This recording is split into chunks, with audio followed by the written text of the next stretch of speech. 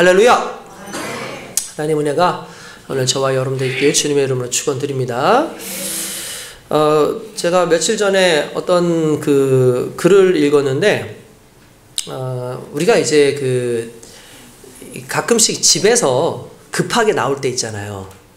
그러면 이제 특별히 가정주부 같은 경우는 내가 가스레인지에 불을 껐나? 그죠? 이게 궁금해질 때가 있어요. 그래서 한참 갔다가 다시 돌아가서 이제 확인했는데, 이제 그때 보니까 자기가 잘 밸브까지 잠그고 오는 그런 경우도 있고, 내가 수도꼭지를 잠갔나? 내가 불은 껐나? 보일러 불은 껐나? 뭐 이렇게 고민할 때가 있어요. 그래서 이 사람이 그런 글을 썼더라고요. 자기가 방법을 발견했다는 거예요. 그래서 그렇죠. 어떤 방법이냐면 가스레인지 불을 끄고 나면 이마를 한 대 딱 때린다는 거예요. 딱 그러면서 이마를 한 대 딱 때리면 가스레인지는 생각이 안 나도 이마 때린 거는 생각이 난다는 거죠. 그래서 다른 거는 몰라도 이마를 이렇게 딱 때리고 오는 그 순간에 내가 가스레인지 껐지, 불 껐지, 이걸 알 수 있다는 거예요. 여기 보니까 이마가 뻘개질 분들이 엄청 많은데 지금 보니까 우리 삶 가운데도 그런 부분이 있지 않습니까? 어렵고 힘들고 괴로운 고난의 때가 왔을 때에 그때 있었던 모든 사건들이 기억이 나요. 그죠? 그러니까 왜 그렇습니까? 이 삶에서 체험되는 부분들이 있기 때문에 그래요. 내 육신이 그냥 무의식이 아니라 내 육신이 그것을 기억하면 그 어떤 삶의 모습도 기억이 되는 부분이 많죠. 오늘의 이 주일이 왜 중요하겠습니까? 여러분들이 집에서 예배 드릴 수 있어요. 여러분들이 영상으로 예배 드릴 수 있어요. 근데 여러분들이 오늘 이 교회에 나와서 예배를 드리는 것은 마치 가스레인지가 꺼지고 난 다음에 내가 이마를 때려서 내 몸에 그 기억을 새기는 거하고 비슷하다라고 생각하시면 돼요. 하나님의 은혜는 어디서든 받을 수 있지만 일부러 내 몸의 육신의 힘듦을 가지고 이곳에 와서 이 자리에 앉아서 예배를 드리는 그 노력과 애씀이 내 삶 가운데 새겨진 이 애씀이 주의 영광과 주의 은혜가 어떤 것인지를 더 깊이 깨닫게 하는 은혜가 되는 거예요.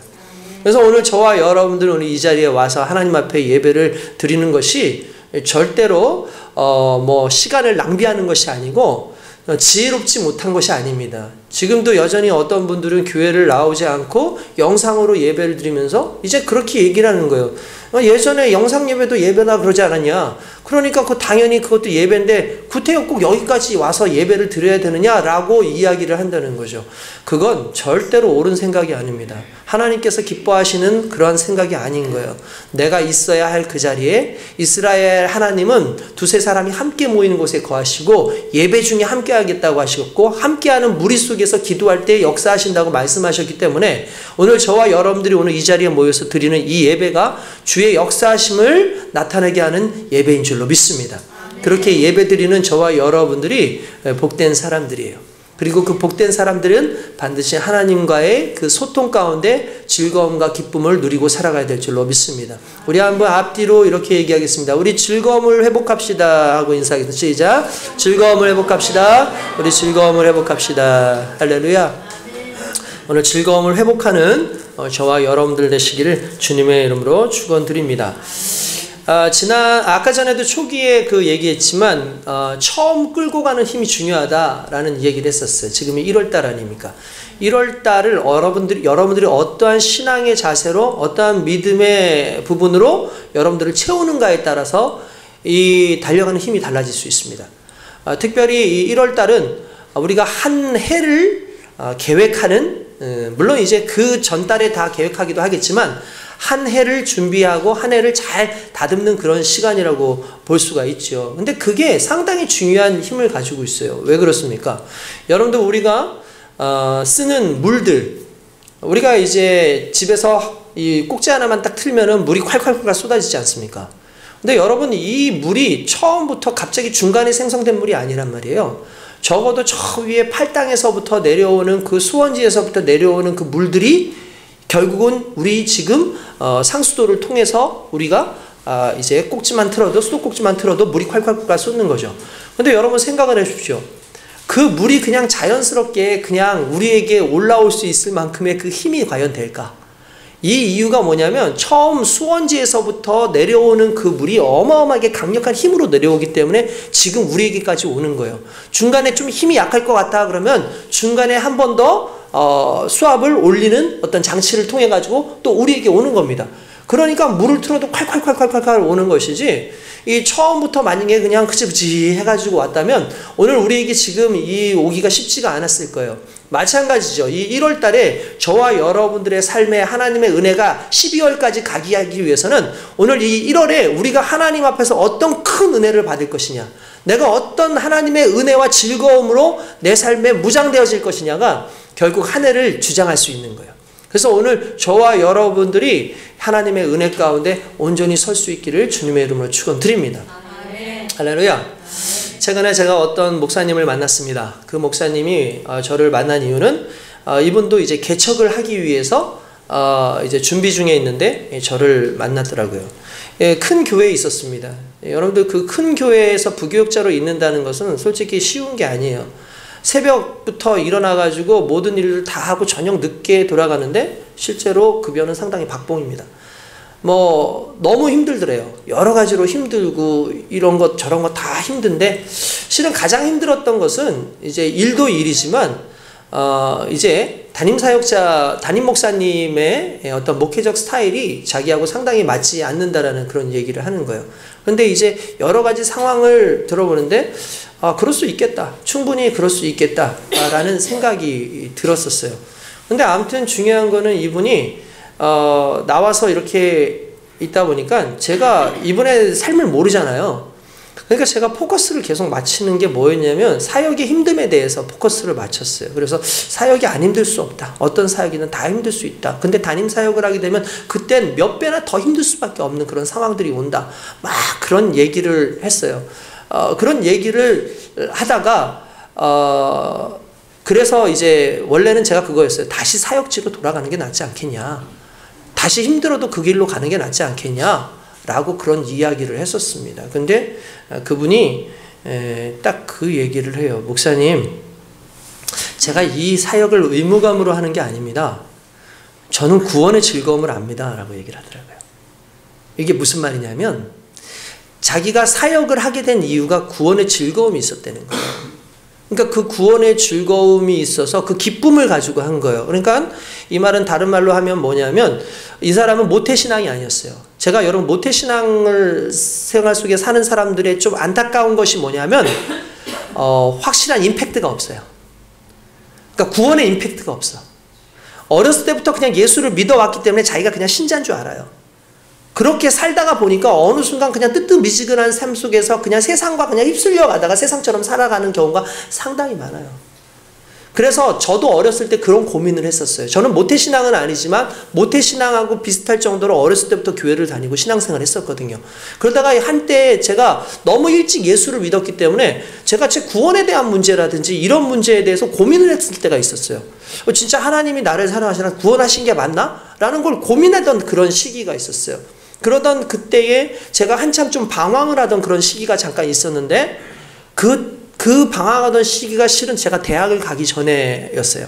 대학을 들어가기 전에 뭐 가족들은 잘 모르겠지만 저 나름대로 상당히 방황을 하고 힘들어하고 심지어 내 나름대로 머릿속에서 신앙생활 이런 거지, 내가 또 믿음 생활하는 건 이런 거지 하면서 처음으로 한 번도 빠져본 적 없는데 이 크리스마스 예배도 일부러 빠져보고 막 그랬던 적도 있었어요. 그러니까 저 나름대로는 근데 그게 그 이후로 제가 너무 힘들더라고요.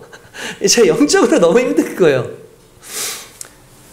그러다가 제가 지금도 이제 여러분들한테 전에도 얘기했지만 이제 신학대를 들어가지 않았습니까? 신학대를 들어가는데 제가 단지 그 몇 개월 사이에 제가 가졌던 그 신앙적인 어떤 그 문제점 이런 것들이 너무 저한테는 큰 문제처럼 다가와지는 거예요. 그래서 제가 하나님 앞에 기도하고 하나님 앞에 힘들어하던 그 시기에 하나님께서 찬양할 때 알려주셨던 그 찬양이 이제 아시는 찬양이잖아요. 익은 곡식 거둘 자가 없는 이때에 누가 가서 얻을까? 내가 어찌게 흘러서 앉아 있을까? 어서 가자 밭으로 보내주소서 보내주소서 제단 숯불 내 입술에 대니 어찌 주저할까 주여 나를 보내주소서. 그 찬양을 그 오리엔테이션 때 어떤 목사님하고 함께 부르는데 저는 실은 그때 처음 들었던 찬양이에요. 그 찬양을. 근데 실은 그 전에 제가 기도하고 있을 때에 제 귓가에 하나님께서 들려주셨던 말씀이 뭐냐면 내 입술에 숯불을 내시고 라는 말씀을 계속해서 제 귓가에 들려주셨어요. 제 마음 가운데. 내가 이게 무슨 말이지? 무슨 말이지? 그런데 갑자기 찬송가에 제단 숯불 내 입술이 되니 나를 그래서 내 이게 무슨 내용인가 해가지고 그 말씀을 찾아봤더니 이사야서 6장 6절에서 8절 말씀인 거예요. 그 말씀의 내용은 이사야가 하늘에 하나님을 본 거예요. 근데 여러분들 아시겠지만 그 당시에 모든 사람들의 관념 속에 하나님을 보면 죽어요. 왜냐하면 모든 사람들이 죄인이기 때문에 죄 있는 인간이 하나님을 보면은 하나님의 그 영광의 빛 때문에 다 죽는다고 생각해서 이 이사야가 화로다 나요. 이제 내가 주님을 배웠기 때문에 죽게 되었도다라고 얘기를 하고 있는데 그때 갑자기 천사 중에 하나가 제단에 있는 숯불을 가지고 오더니 그 이사야 입을 딱 대요. 그리고 나서 이제 숯불을 네 입술에 대었으면 네 죄가 사여졌고 라고 얘기하는데 그때 이사야가 너무나 기뻐가지고 갑자기 하나님께서 내가 누구를 보냈고 내가 이 땅에 지금 누구를 보냈고 할 때 이사야가 외칩니다. 주여 내가 여기 있나이다. 나를 보내소서 라고 얘기하는 거죠. 제가 그 찬양을 부르다가 그 말씀을 보다가 엉엉 울었어요. 펑펑 울면서 제가 한 거죠. 주여 나를 보내소서. 주님 나를 보내소서. 순간적으로 제가 구원의 즐거움이 온 거예요. 구원의 기쁨이 내 안에 막 샘솟는 거예요. 너무너무 감사한 거예요. 그래서 그때 신학의 길을 계속 갈 수가 있는 힘이 그때 실은 저에게 있었어요. 너무나 감사한 일이었던 거죠. 저한테 너무나 즐거웠던 일이었던 거죠. 만약에 그 사건이 아니었다면 힘들었을 거예요. 근데 생각해 보니까 하나님께서 내게 그렇다고 해서 구원을 안 주셨을까? 아니에요. 분명히 주셨을 거예요. 근데 왜 하나님께서 내게 그 구원의 놀라운 역사를 내게 어떤 마치 환상처럼 어떤 무슨 이렇게 징조처럼 보여주셨을까라고 생각해 봤더니 중요한 건 구원했어. 내가 너를 용서했어 라는 그 말보다 내가 가지고 있는 죄책감과 내가 지금 숨겨져 왔던 나의 죄악의 이 모든 부분으로부터 자유롭게 하시고 그 자유로움으로 말미암아 내 삶 가운데 즐거움을 주시는 거예요. 그리고 결국 그 즐거움을 통해서 내가 이 길을 걸어갈 수 있도록 하신 거죠. 저는 솔직히 목회가 참 즐겁습니다. 왜 제가 즐겁다라는 얘기를 하냐면 목회하면서 우리 정말 힘들었거든요. 여러분들한테 말씀드렸었지만 재정적으로도 많이 힘들었었고 삶 속에서도 많이 힘들었었고 가족 간에서도 많이 힘들었었어요. 근데 중요한 건 그럼에도 불구하고 저는 항상 기쁨이 있었던 것 같아요. 그래서 아이들을 볼 때마다 기뻤어요. 청년들을 볼 때마다 기쁘고 청소년들을 볼 때마다 기쁜 거예요. 가끔씩은 주일날이 기대가 돼요. 이 친구들 보는 게 너무나 행복한 거예요. 그냥 이 사역하는 것 자체가 즐거움이 있었어요. 때때로 이 친구들이 저를 실망시키기도 하고 저를 어렵게 하기도 하고 여러분도 아시겠지만 제가 하는 사역들이 좀 평범한 사역은 아니었잖아요. 대부분 제가 함께하는 친구들이 마음이 아프고 가슴이 아프고 힘든 친구들이 상당히 많았거든요. 근데 그들을 볼 때마다 너무 사랑스러운 거예요. 너무 이쁜 거예요. 그러면서 하나님은 이 친구를 얼마나 이뻐하실까? 하나님은 이 친구를 얼마나 사랑하실까라는 그 마음이 계속해서 샘솟듯이 오는데 그 내용이 어떻게 해서 생겨난 것인가 생각해 봤더니 결국 제가 구원의 즐거움이 있고 걔가 저를 사랑하신 하나님에 대한 그 은혜가 있다 보니까 자연스럽게 우리의 삶 가운데 즐거움이 있더라고요. 내 사역이 즐거움이 있더라고요. 여러분 우리가 언제 즐거워지겠습니까? 우리가 구원의 기쁨을 구원의 즐거움을 회복했을 때에 그때 하나님께서는 저와 여러분들을 기쁘게 하실 줄로 믿습니다. 그리고 그 기쁨 가운데 저와 여러분들이 열심을 다해서 살아가는 귀한 은혜의 백성들로 살아가게 될 줄로 믿습니다. 여러분 그렇습니다. 즐거움이요 우리를 이끌어가는 힘이에요. 즐거움이 우리를 이끌어가게 해요. 우리 신앙의 원동력이 그거예요. 여러분 일상 속에서 여러분들 힘드시죠? 여러분들 일상생활 속에서 힘든 건 일이 힘들어서가 아니에요. 여러분들의 마음이 힘들어서요. 우리가 삶 가운데 괴로운 건 삶 속에 오는 수많은 문제들이 우리를 괴롭게 하는 게 아니라 실은 내가 괴로운 거예요. 내 마음이 괴로운 거예요. 근데 믿지 않는 사람들한테는 그냥 그럴 수 있어요. 근데 적어도 하나님의 백성이라고 하는 사람들이 괴로웠을 때에는 간단하게 생각해 보면 돼요. 내 마음이 왜 괴로울까? 가장 기본적인 구원의 즐거움이 사라졌기 때문이에요. 가장 기본적인 하나님과의 관계가 무너졌기 때문이에요.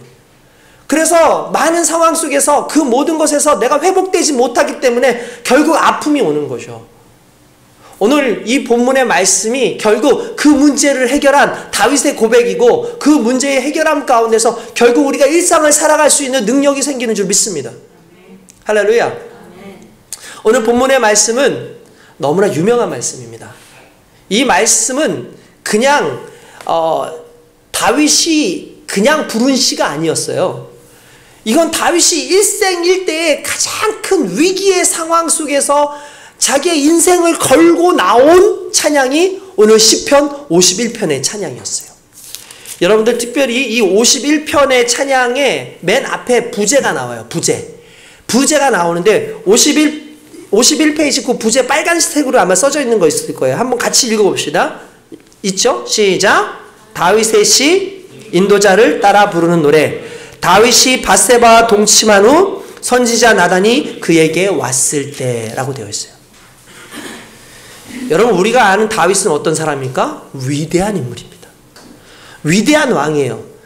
지금까지 이러한 왕은 존재하지 않았고 심지어 하나님께서 이 다윗을 얼마나 이뻐하셨는지 내 마음에 합한 자라고 하셨을 뿐만 아니라 다윗의 그 위, 흔히 말하는 다윗의 그 계통에서부터 메시아가 나올 것에 대해서도 말씀하시고 복을 주셨어요. 심지어 솔로몬이 크게 죄를 지었음에도 불구하고 내가 너를 패하지 않는 것은 너의 아버지 때문이다라고 얘기를 할 정도로 다윗이 그렇게 믿음이 뛰어났던 사람입니다. 그런데도 안타깝게 다윗이 크게 죄를 지어요.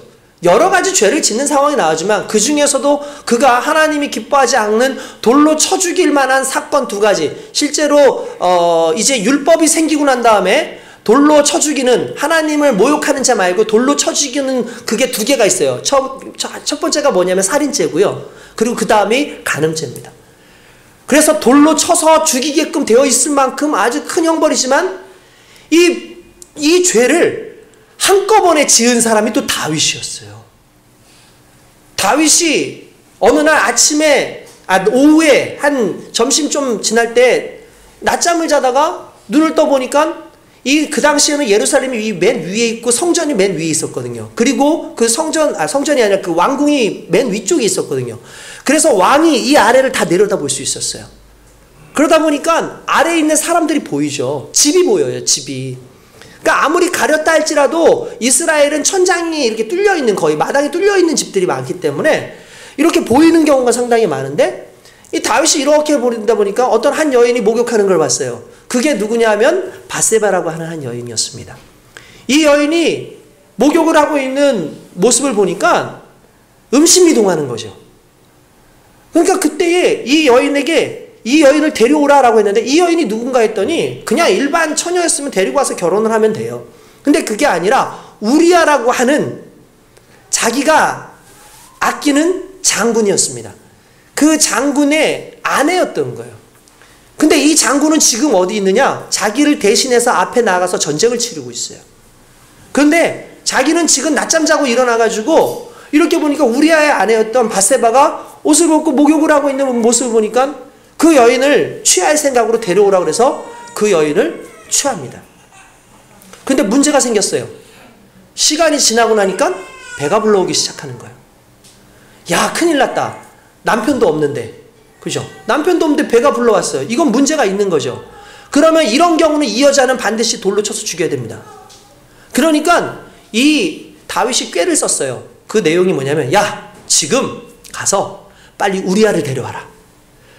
우리아를 불러옵니다. 그리고 마치 전장에서 무슨 일이 있었는지에 대해서 보고를 듣는 것처럼 이야기를 하고 난 다음에 뭐라고 하냐면, 너 오늘 수고했어. 이제 집에서 며칠 동안 쉬어. 라고 얘기하죠. 그 이유는 뭐였겠습니까? 아내를 취하게 하려고.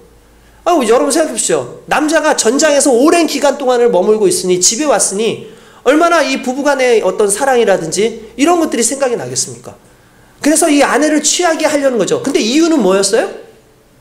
임신을 가리기 위해서 그런 거예요. 나중에 조금 늦어가지고 뭐 한 팔싹돈이 났다 할지도 뭐 그 당시에 그럴 수 있으니까 그렇게 말을 지어내려고 그렇게 한 거죠. 그런데 이 우리아는 참 융통성이 없는 사람인지 아니면 좀 이렇게 좀 너무 충직한 사람인지 모르겠는데 그냥 집 밖에서 잤어요. 아니 다윗이 황당하잖아요. 뭐 이런 놈이 다 있어. 불러요. 야, 너 어떻게 된 거야? 너 집에 가서 좀 쉬라니까 왜 그랬어? 그러니까 이 우리아가 나의 장군들과 나의 동료들은 지금 저 적진에서 죽음을 불사하면서 싸우고 있는데 내가 어떻게 혼자 이 안에 들어갈 수 있겠습니까? 라고 얘기해요. 와, 여러분 이 정도면 얼마나 충직한 신하입니까? 이런 신하 대단한 신하 아닙니까? 근데 그게 달갑지가 않았어요. 왜냐하면 자기가 죄가 있기 때문에, 자기의 문제가 있기 때문에 이 문제가 별로 그렇게 달갑지가 않은 거예요. 그러니까 어떻게 하냐면 편지 한 통을 씁니다. 편지 한 통을 써가지고 우리아보다 높은 위치에 있는 사람에게 우리한테는 절대 뜯어보지 못하게 하고 그걸 가져다 주라고 얘기합니다. 우리한테 가져와서 보니까 뭐라고 썼냐면 우리아를 적진 맨 앞에 놓으라는 거예요. 전쟁하는데 맨 앞에 놓으라는 거예요. 거기는 누가 봐도 가면 죽을 수밖에 없는 자리인 거 압니다.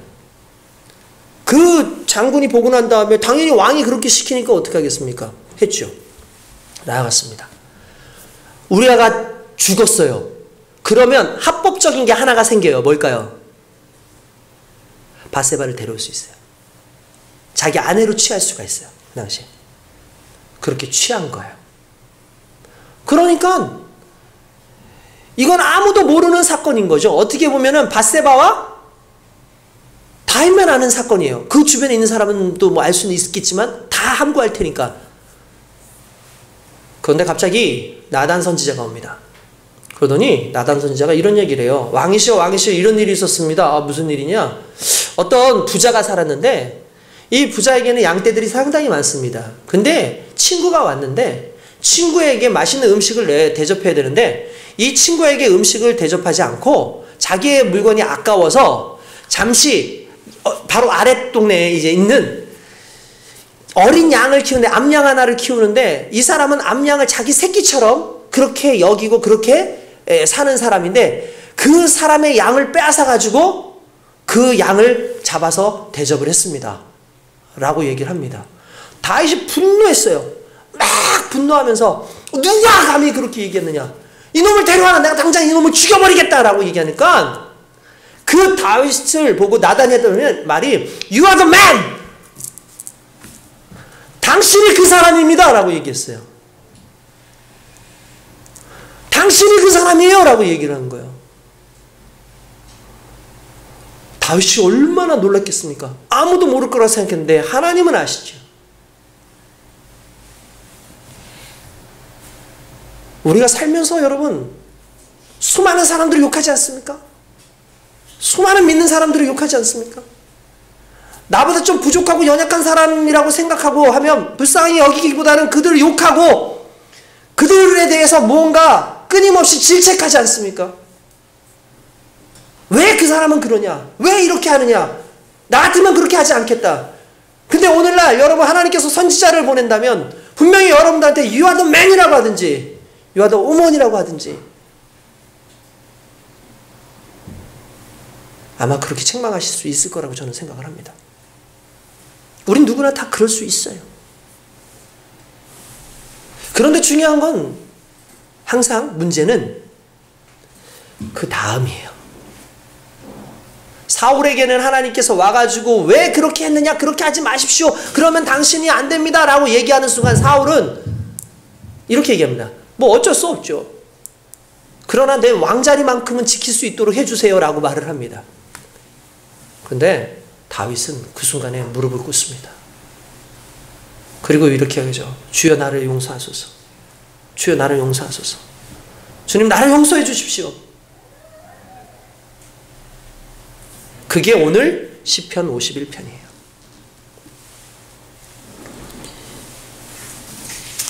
여러분 인간의 욕심이 얼마나 큰 줄 아십니까?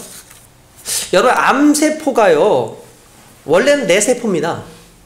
내 정상적인 세포예요. 나의 세포인데 근데 세포는요, 여러분들, 이게 계속 살아있는 게 아니에요. 어느 시간이 되면은 세포가 죽고 또 새로운 세포가 계속해서 생성이 돼요. 그래요. 그렇게 돼야 돼요. 그런데 암세포라는 건 이렇게 생각하면 돼요. 죽어야 되는데 죽지 않아요. 그리고 계속해서 증식하기를 원해요.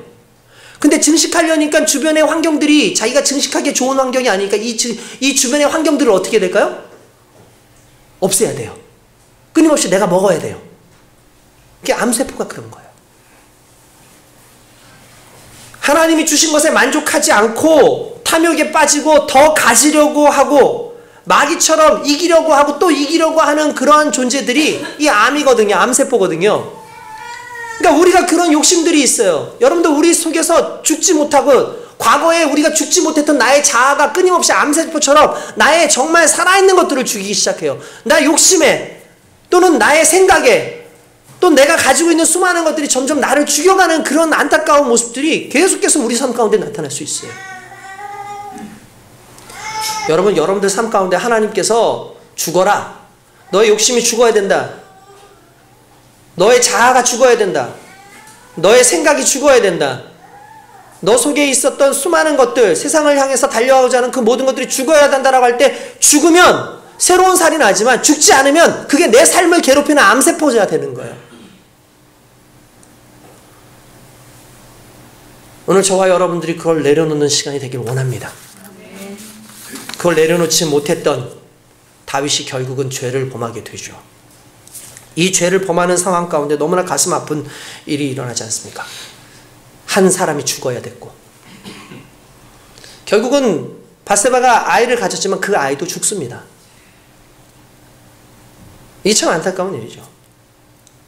그리고 난 다음에 이 죄책감과 고통 가운데서 그가 정말 말하고 싶었던 게 이거였어요. 주여, 내가 즐거움이 사라졌습니다. 내가 즐거움이 사라졌습니다. 여러분들 지금 즐겁습니까? 행복하십니까? 일상 속에서 정말 즐거워요? 여러분들 괴롭지 않습니까? 교회 오는 것 자체가 부담스럽고 삶을 살아가는 자체가 부담스럽지 않습니까? 여러분, 즐거움을 착각하면 안 돼요. 즐거움은 두 종류가 있어요. 하나는 기쁨이고 하나는 쾌락입니다. 쾌락은요, 외부에서 오는 환경이에요. 근데 특징이 있어요. 단발적이에요. 오라 그래요. 게임을 해요. 즐겁잖아요. 그 즐거움은 쾌락이에요. 술을 마셔요. 술을 마시니까 기분이 좋아요. 깨고 나면 그 고독함과 그 괴로움이 밀려와요. 남녀 간의 관계를 가져요. 그 순간에는 엄청난 즐거움이 있어요. 그런데 그 위에 밀려오는 허무함과 여러 가지들이 있을 수 있어요. 쾌락은 일시적이고 외부에서 오는 부분이에요. 근데 즐거움 중에서 기쁨은 달라요. 기쁨은요, 내 속에서부터 발현이 돼요. 기쁨은 내 안에서부터 나오는데, 놀라운 것은 다윗은 즐거움이라는 말 앞에 반드시 중요한 걸 하나 썼어요. 뭐냐면 구원의 즐거움이라는 단어를 썼다는 거예요. 여러분, 우리의 삶 가운데 즐거움이 사라졌다면 여러분들의 구원의 즐거움이 아닌가를 생각해야 돼요.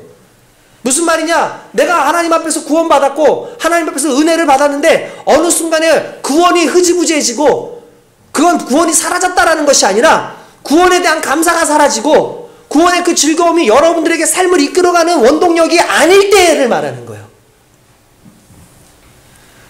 처음 예수 믿을 때에는 정말 나의 삶을 다 드릴 것처럼 그렇게 막 신앙생활을 하는 것처럼 막 하다가 시간이 지나고 나면 세상과 적절하게 타협을 하고 세상 속에서 살아가고, 어느 순간에 나중에는 하나님이 계시느냐, 내가 정말 구원받은 백성이냐, 이런 얘기를 하다가 점점 쓰러져가고, 그 쓰러짐 속에서 즐거움이 사라지니까 나름대로 즐거움을 만끽하기 위해서 계속해서 세상적인 욕심과 세상적인 쾌락을 탐닉하다가 점점 그러다가 무너져 버리는 그 모습이 우리의 모습일 수 있다는 것을, 아니 어쩌면 우리의 지금 현재의 모습일 수 있다는 그 사실을 여러분 인정하신다면 오늘 구원의 즐거움을 회복하는 놀라운 역사가 일어나야 될 줄로 믿습니다. 그게 2023년도를 정말 멋지게 살아내는 이 1월 달에 적어도 우리가 가져야 될 믿음의 회복이라는 것이죠. 할렐루야. 다윗이 얼마나 괴로웠겠습니까? 진짜 괴롭죠. 자기 즐거움이 사라졌어요. 자기 즐거움은 이전까지 그는 왜 즐거웠겠습니까? 딴 거 없었어요. 나는 다른 건 모르겠는데 하나님이 함께 하시니까 즐거워. 왜 하나님이 함께 하시니까 즐겁겠습니까? 주의 영이 임하시니까 기쁨의 영이 넘쳐나요. 주의 영이 임하니까 춤을 추게 돼 있어요. 주의 영이 임하니까 내가 하는 모든 일들마다 하나님께서 함께 하시는 것을 발견하게 돼요. 여러분, 하나님이 함께 하시는 그 즐거움 아시죠? 하나님이 함께 하실 때 느끼는 그거. 하나님이 함께 하실 때 내가 무언가 주의 일을 감당할 때 주의 일을 했다라는 것보다 더 중요한 건 주님이 나를 사용하셨다라는 게 더 기쁘더라고요. 저도 제가 사역을 하다가 하나님께서 야 진짜 내가 이런 기적을 일으켰네? 야 내가 기도하니까 정말 이런 문제들이 해결됐네? 막 정말 너무나 기쁘잖아요. 너무나 대단한 사건이잖아요. 사람들은 야 목사님 영역 있다. 야 목사님 대단하다 라고 말할지 모르지만 중요한 건 나는 그거보다 더 기뻤던 건 야 하나님이 나를 사용하셨어? 그 말은 내가 하나님 안에서 하나님과 남이 아니라 적어도 하나님과 함께 있고 그 하나님 나를 사랑하신다는 거 아니야? 여러분 그 안에서 얼마나 기쁨이 있고 그 충만함이 있었는 줄 아십니까? 여러분들 일 때문에 힘든 게 아니에요. 구원의 기쁨이, 구원의 즐거움이, 때때로 주님께서 주신 사명의 즐거움이, 아니 하나님과 함께하는 즐거움이 사라지면 그땐 다 힘들어져요. 힘들어도 자녀를 키우잖아요. 왜요? 자녀에게서 받는 기쁨이 있어요. 힘들어도 내가 좋아하는 일은 해요. 왜? 그냥 내가 좋아하는 거거든요. 남들 그래 뭐 그런 걸 하냐고. 제가 아는 뭐 마라톤을 하는데 마라톤은 벌써 몇 번 했더라고요. 자기 요즘에 마라톤은 좀 식상해서 저기 철인 3종 경기 나간다는 거예요. 그래서 왜 그렇게 힘든 걸 하시냐? 여러분들 4.19인가요? 42.19인가요? 맞나요? 42.19? 네. 힘든 거거든요, 진짜. 그거 뛰는 거. 그래서 하프 마라톤만 뛰어도 잘했다 그래요. 5km 마라톤만 뛰어도 잘했다고 해요. 우리 어렸을 때 체력장 하는데 1km만 뛰어도 헥헥거리면서 아이고 이거 어떻게 뛰냐고 막 그러거든요. 제가 그 심판 또 저걸 가지고 있기 때문에 심판 이제 테스트 한다든지 이걸 계속 매년 이렇게 할 때에 걷는 거리가 있어요. 일정 거리를 뛰었다가 일정 거리를 빠르게 걸었다가 뛰었다가 해요. 하고 나면 어휴 죽겠다. 내년에 이걸 또 어떻게 하지? 이렇게 생각이 들어요. 너무너무 힘들어요.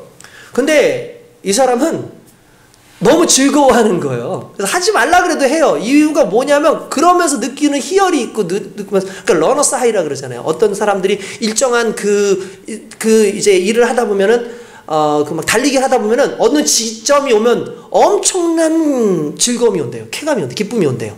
그게 있다는 거예요. 그러니까 이 사람들은 힘든 거는 둘째치고 그 기쁨 하나를 보고 이제 달려가는 거거든요. 이 마찬가지예요, 여러분. 몸이 힘들어서 힘들다고 얘기하면 안 돼요, 여러분들. 힘들 수 있어요. 맞아요. 힘든 건 힘든 거예요. 그런데 중요한 건 자세히 살펴보세요. 내가 일을 추진할 때 그 처음에 마음이 사라진 거예요. 첫사랑이 사라진 거예요. 내가 구원받았을 때 그 첫 번째 즐거움이 사라진 거예요. 그게 시들어져 버린 거예요. 그때 우린 기도해야 돼요. 하나님 그것을 막고 있는 것이 우리의 죄는 아닙니까? 하나님 그것을 막고 있는 것이 나의 욕심은 아닙니까? 하나님 그것을 막고 있는 것이 나의 연약함은 아닙니까? 즐거움을 회복시켜 주시옵소서라는 기도가 오늘 저와 여러분들에게 있어야 될 줄로 믿습니다. 할렐루야.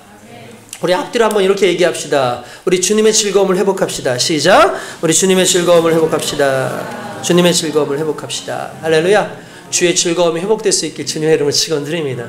여러분 즐거움이 회복되기를 원합니다.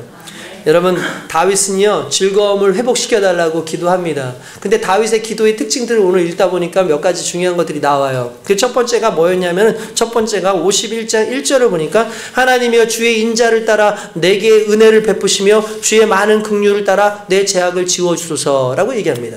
제가 이 말씀을 듣다가 가슴이 뭉클했어요. 왜 그러냐면 어느 단어에서 그러냐면 주의 많은 긍휼을 따라라는 그 내용이었어요. 여러분 이게 무슨 말인지 아십니까? 이전 성경에는요 주의 많은 자비라고 되어 있는데 긍휼과 자비가 실은 같은 의미로 쓰여졌어요. 그런데 여기에서 자비라는 그 말 속에 많은이라는 말이 저한테 너무나 힘이 됐던 거예요. 왜냐하면 다윗이 회복될 수 있었던 가장 중요한 일이 뭐냐면 그는 자기의 죄를 보고 있지 않아요. 그는 자기의 죄의 크기를 보고 있지 않아요. 그는 자기의 죄를 용서하실 수 있는 하나님의 긍휼의 크기를 받았다는 거예요. 여러분, 이게 우리의 시선의 전환이에요. 우리의 사고의 전환이에요. 우리는 끊임없이 자꾸 우리의 죄를 봐요. 그러다 보니까 자꾸 우리의 죄를 보니까 아유, 등신 같아. 내가 왜 그랬을까? 아유, 내가 왜 거기에 속아서 그랬을까? 왜 내가 맨날 이런 식으로, 나는 왜 맨날 이렇게 얘기하지 않아요. 다윗은 왜냐하면 인간은 그렇게 연약할 수밖에 없는 존재라는 걸 스스로 알아요. 그래서 그는 이렇게 얘기합니다. 주의 많은 긍휼을 내가 보고 가니 주의 긍휼을 따라 나를 용서해 주십시오. 나의 죄의 크기가 중요한 게 아닙니다. 이 죄의 크기보다 더 크신 하나님의 은혜의 크기가 있으면 오늘 저와 용서를 받을 줄로 믿습니다. 자기의 죄 문제에 인해서 항상 그걸 묵상하면 우울하고 자책하고 자기 연면에 빠지고 이것저것 아무것도 못하고 있는 이 모습들이 우리의 모습이 아니에요. 하나님은 원하시는 모습이 아니에요. 하나님은 야, 너의 죄를 바라보고 묵상하는 인생 살지 말고 나의 긍휼과 나의 자비를 바라봐라.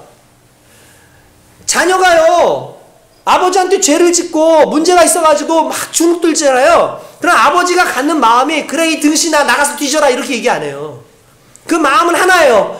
아유, 저 녀석, 나한테 와서 한마디 하면 내가 용서해 줄 텐데. 나한테 와가지고 그냥 한마디 하면 내가 그냥 불쌍히 여겨줄 텐데. 왜 저러고 있지? 아버지의 큰 자비를 믿지 않아요. 우리 아버지는 떼꼼쟁이야. 우리 아버지는 인색해. 우리 아버지는 내가 암만 그래도 용서 안 하실 거야 라고 착각하는 거예요. 그래요. 세상의 아버지는 그럴 수 있어요. 근데 하나님은 그렇지 않아요. 자비가 한없으시죠. 그래서 여러분들이 지금 이 자리에 죽지 않고 살아있는 거예요. 제가 하나님이었으면 여러분 다 뒤졌어. 나도야. 하나님이니까 여러분들이 이 자리에서 예배 드리는 거예요. 우리가 그걸 잃어버려서는 안 돼요.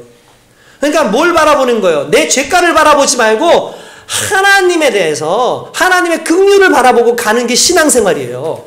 오늘 여러분들이 이 자리에 왜 왔어요? 그러잖아요. 하면 옛날에 전도할 때마다 항상 어떤 분인가, 난 자기가 죄가 많아서 교회를 못 간대. 자기는 너무 죄가 많아서. 등신 아니에요. 죄 많으니까 교회 오라는 거지. 죄 많으니까 용서하시겠다고 하는 하나님 앞으로 오라는데 딴짓하고 있는 거예요. 어리석은 거예요. 왜? 자기 속에 빠져가지고 헤어나지 못하는 거예요. 그래서 시선을 돌려야 돼요. 내가 아니라 하나님입니다. 그 하나님, 긍휼이 많으시고 우리를 불쌍히 여기시는 하나님, 그 하나님을 바라보는 저와 여러분 되시길 주님의 이름으로 축원드립니다. 그 자비가요, 영어로 히브리어 성경에 보면은 라파메카라고 그렇게 돼 있어요. 라하메카라고 얘기하는데, 라하메카라는 그 자비가, 그 긍휼이라는 말이 원어로 하면 라함이에요. 라함. 근데 그 원어의 뜻이 뭐냐면 자궁이라는 뜻이에요. 그러니까 어머니의 태. 이게 무슨 말이냐면, 아이는 엄마의 뱃속에 있을 때 자기가 할 수 있는 게 아무것도 없어요. 100% 엄마에 의해서만 얘는 살아갈 수 있고 엄마에 의해서만 존재됩니다. 성경에서 주의 긍휼이라는 말, 주의 자비라는 말은 내가 지금 아무것도 할 수 없는 것이 없고요. 나는 지금 마치 어린아이가, 아기가 엄마의 자궁 안에 들어가 있는 것처럼 저도 하나님만 의지합니다. 제가 구원받을 수 있는 방법은 오직 하나님이다라는 걸 말하는 거예요. 구원은 여러분들에게서 이루어질 수 있는 게 아닙니다. 여러분들이 애쓴다고 여러분들 구원받을 수 있는 거 아니에요. 착각하지 마십시오. 여러분들의 죄는 오직 하나님께서 100% 하나님 앞에 여러분들의 삶을 드릴 때, 그때 여러분들의 죄가 해결되는 겁니다. 그렇게 드려지는 저와 여러분 되시길 주님의 이름으로 축원드립니다. 전적으로 태아가 산모를 의지하는, 전적으로 죄인이 하나님을 의지하는 그것, 그게 많은 긍휼의 하나님을 바라보는 인생의 특징이라는 거예요. 할렐루야. 그렇게 되길 주님의 이름으로 축원드립니다. 그러면서 2절 보니까 나의 죄악을 말게 시키시며 나의 죄를 깨끗이 제하여 주십시오. 무릇 나는 내 죄가를 아오니 내 죄가 항상 내 앞에 있나이다 라고 말합니다. 여기서 한 가지 또 중요한 게 있습니다. 여기서 중요한 단어는 내 죄를 아오니 라는 뜻이에요. 죄를 안다는 사실이 얼마나 중요한 건지 아십니까? 왜 모태신앙, 어렸을 때부터 모태신앙 하는 사람들이 왜 여러분들 신앙생활이 힘든 줄 아세요? 왜 믿음이 약한 줄 아세요? 내 죄가를 몰라요. 이런 거죠. 답은 알아요. 근데 문제를 몰라요. 이게 제일 미치는 거예요. 답이 10이에요. 근데 문제가 5 곱하기 2였는지 5 더하기 2였는지 20 나누기 2였는지를 몰라요. 문제를 모르니까 답을 알아도 감격이 없는 거예요. 우리가 특별히 예수를 믿다가 가끔씩 우리가 하나님 앞에 범죄할 때가 있어요. 그렇다고 일부러 범죄를 할 필요는 없어요. 근데 범죄를 할 때에 내가 죄인이라는 걸 알게 돼요. 그러면 회개를 해요. 그러면 구원받잖아요? 용서받잖아요? 그 기쁨이 있어요. 근데 어렸을 때부터 신앙생활 하는 사람들은 이제 답을 모르는 거예요. 답만 아는 거예요. 답만 아는 거예요. 그러니까 왜 이게 답인지를 몰라요. 이유가 뭘까요? 식을 안 써내려가기 때문에 그래요. 문제를 알면 식을 써내려가기 시작해요. 근데 예수님을 믿어야 된다는 것은 알아요. 우리 엄마 아버지가 예수를 믿는다는 것도 알아요. 내가 하나님을 믿어야 된다는 것도 알아요. 근데 중요한 건요, 왜 믿어야 되는지 몰라요. 그게 나한테 무슨 의미인지를 모르는 거예요. 왜요? 문제가 뭔지를 몰라요. 죄에 대한 개념이 없어요. 그냥 마냥 나는 어렸을 때부터 할 때면 답은 알아요. 예수 믿어야 돼, 교회 나가야 돼, 하나님 섬겨야 돼. 그래서 뒤늦게 모태신앙 사람들 중에서 뒤늦게 예수를 제대로 믿는 사람들이 있어요. 그때 보면은 자기가 어떤 문제 가운데서 하나님 앞에 구원받은 걸 경험했을 때더라고요. 여러분, 문제가 중요합니다. 문제를 아는 게 중요해요. 문제를 모르면 안 돼요. 할렐루야. 요즘 우리 정모 형제가 제가 이 문제를 알아야 된다 그러니까 유재석도 그런 얘기 했던가. 문제가 뭔지 모르는 게 문제고 더 큰 위기는 문제를 알았는데 문제를 해결하지 않으려고 하는 게 문제다. 이렇게 얘기를 이거 유재석이 얘기했다 그러면서 저한테 얘기를 하더라고요. 두 가지가 맞는 거예요. 일단 문제를 모르니까 그게 문제인 거예요. 내게 뭐가 문제가 있는지를 모르는 거예요. 그리고 문제를 알았는데 해결할 생각이 없어요. 그럼 더 큰 문제인 거죠. 다윗은 해결할 마음이 있어요. 사울은 자기 문제가 뭔지 알았어요. 그런데 해결하려고 하지 않아요. 근데 다윗은 문제를 알았어요. 근데 그걸 해결하려고 해요. 그 해결이 하나님 앞에 있다는 걸 알아요. 내가 아오니. 여러분들 아는 게 그만큼 중요한 겁니다. 여러분들 내가 알고 있다라는 자체가 상당히 중요한 문제, 이 상황으로 다가와야 된다는 거예요. 문제를 깨닫게 되면 여러분 식을 풀어가게 되고요. 식을 풀어가는 순간에 깨닫게 돼요. 하나님을 알게 돼요. 오늘 저와 여러분들 가운데 힘든 삶의 문제가 있습니까? 그 문제를 풀어가는 과정 가운데 하나님을 발견할 줄로 믿습니다. 할렐루야. 그래야 돼요. 여러분 어느 순간에 문제를 모르고 이게 답만 알고 문제를 모르면 뭐가 문제인지도 모르게 되면 이게 어느 순간부터 그냥 익숙해져요. 익숙해지잖아요? 그러니까 죄가 문제라는 걸 모르고 그냥 거기에 그냥 빠져가지고 익숙해지면은 어떻게 될까요? 죄를 자랑해요. 이게 무슨 말이냐? 전에도 한번 말씀드렸을 거예요. 노예들이 노예로 잡히고 온 다음에 시간이 지나고 났더니 자기의 족쇄의 크기를 자랑하고 있더래요. 나 이 족쇄 봐라? 멋지지? 이렇게 크지? 그 족쇄가 자기를 얽어매고 있다는 걸 모르는 거예요. 이게 뭐냐 하면 교도소 안에 죄인들이 들어가 있는데 그들끼리 뭘 자랑하는 줄 아십니까? 나 현상금이 얼마인 줄 알아? 나 몇 년형 받았는 줄 알아? 그게 그 사람들의 하나의 계급이에요. 여러분 이게 무슨 의미인지 이해되세요? 죄가 그런 거예요. 이게 해결되지 않으면 그게 자랑이 된다니까요. 하나님께서는 우리로 인생으로 하여금 죄 있을 수 있다. 그러나 너희가 이 문제를 해결해서 너희 죄를 알고 해결하고 하나님 앞에 섬으로 말미암아 온전히 살아라라고 말씀하시는데 우리는 그 개념이 없는 거예요. 죄요? 그냥 이것도 적당히 살아가는데 이거 으스데스 있는데요. 나름대로 이거 내게 힘이 되기도 하던데요. 죄로 힘되어서 사는 인생이 행복할 수 있겠습니까? 하나님의 은혜가 힘이 되는 사람이 행복하게 될 줄로 믿습니다. 할렐루야.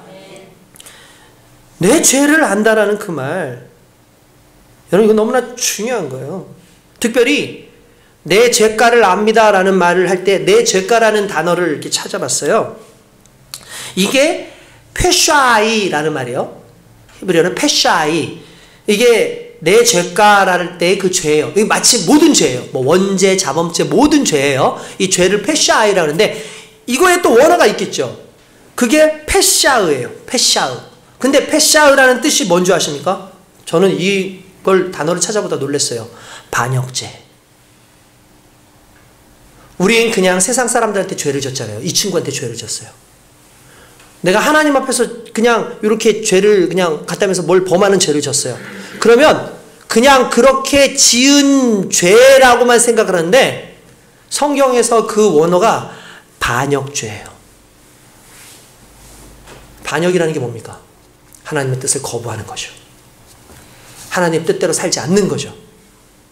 그걸 그냥 죄라고 얘기하지 않고 페샤우, 반역죄라고 얘기하고 있어요. 이게 얼마나 두려운 건지 아시겠어요? 지금 우리가 짓는 모든 죄가 왜 즐거움이 사라지는 거야? 그거는 다른 사람한테 짓는 죄가 아니라 하나님께 짓는 죄이기 때문에 그래요. 그래서 우리는 하나님 앞에 달려가야 되는 겁니다. 주여 나를 불쌍히 여겨주셔서, 하나님 저를 불쌍히 여겨주시옵소서 라고 얘기하는 거죠. 51장 4절에 보니까 주께만 범죄했다라는 말이 나와요. 내가 주께만 범죄하여 주의 목전에 악을 행하였사오니, 이게 무슨 말입니까? 세상에 범죄했는데 무슨 주님께 범죄? 아니, 그 세상에 짓는 그 죄도 주님께 범죄했다고. 그 모든 죄가 다 주님께 짓는 죄라고요.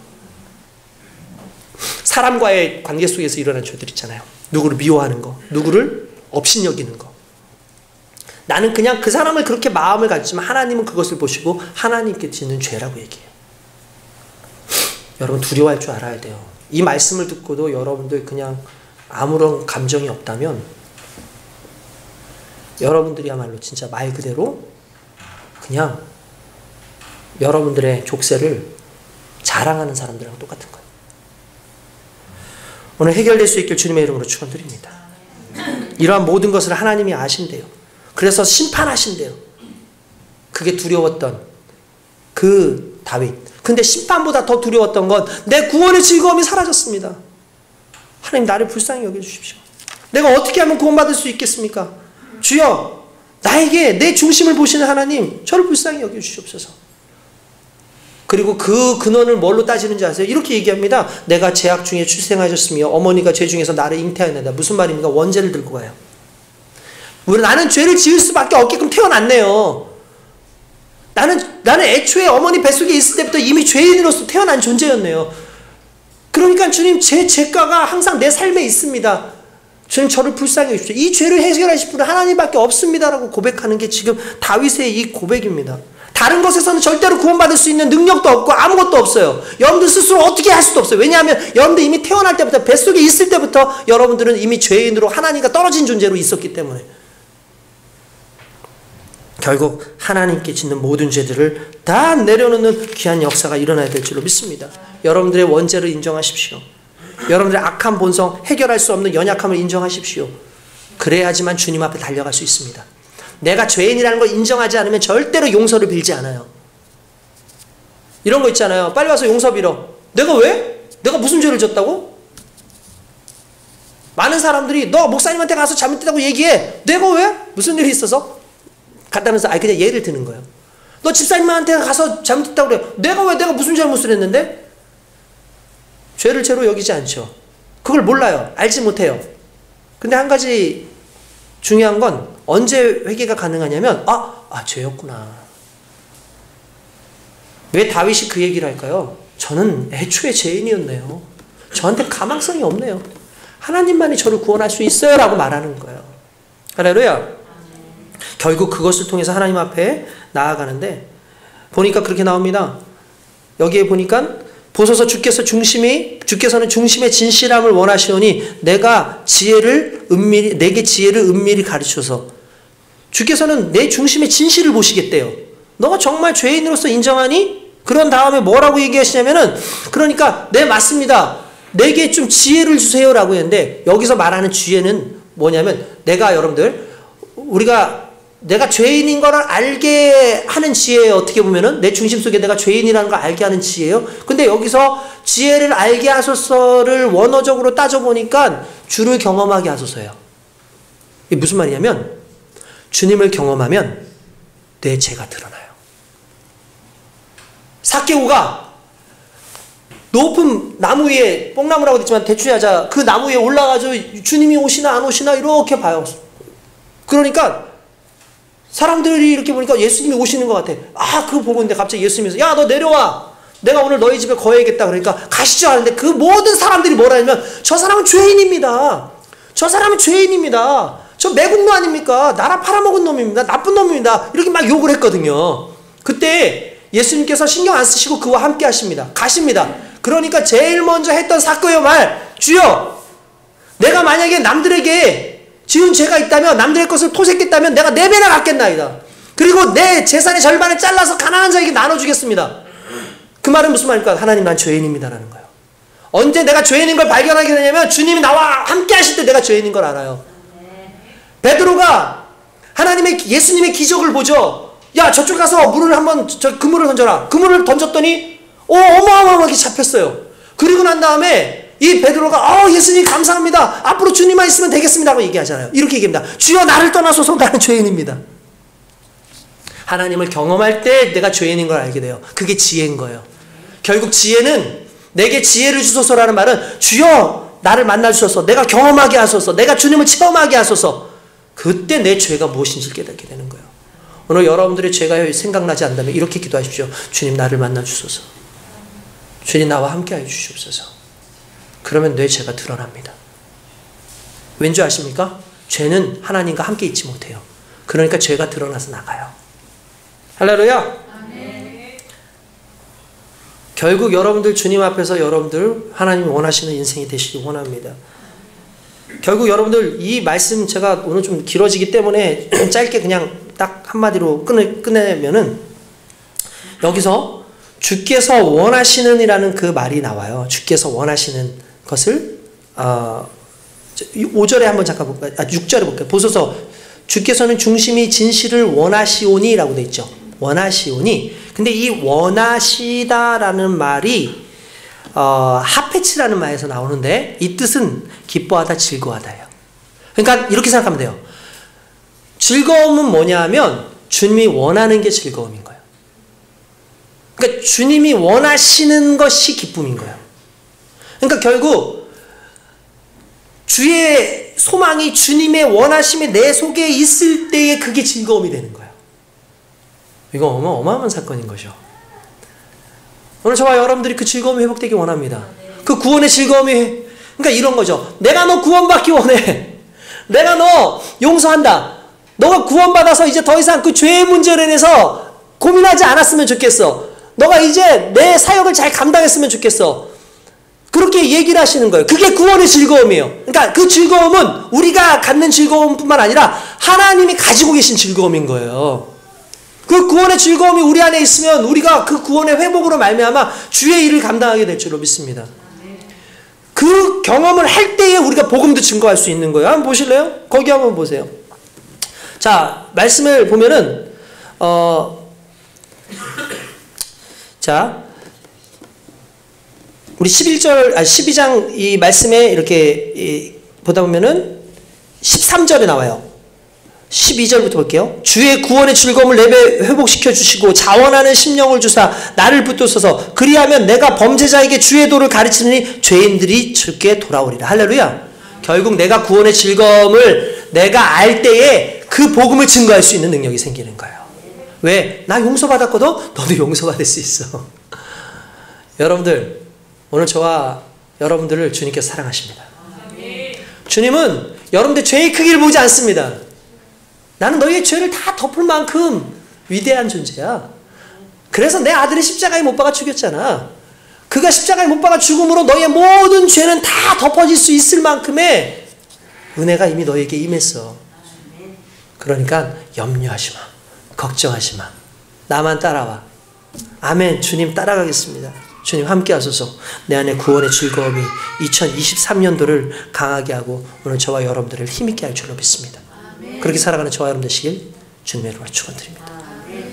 다윗처럼 기뻐하며 나중에 감사의 기도로 마무리를 짓는 그 은혜가 있기를 주님의 이름으로 축원드립니다. 기도하겠습니다.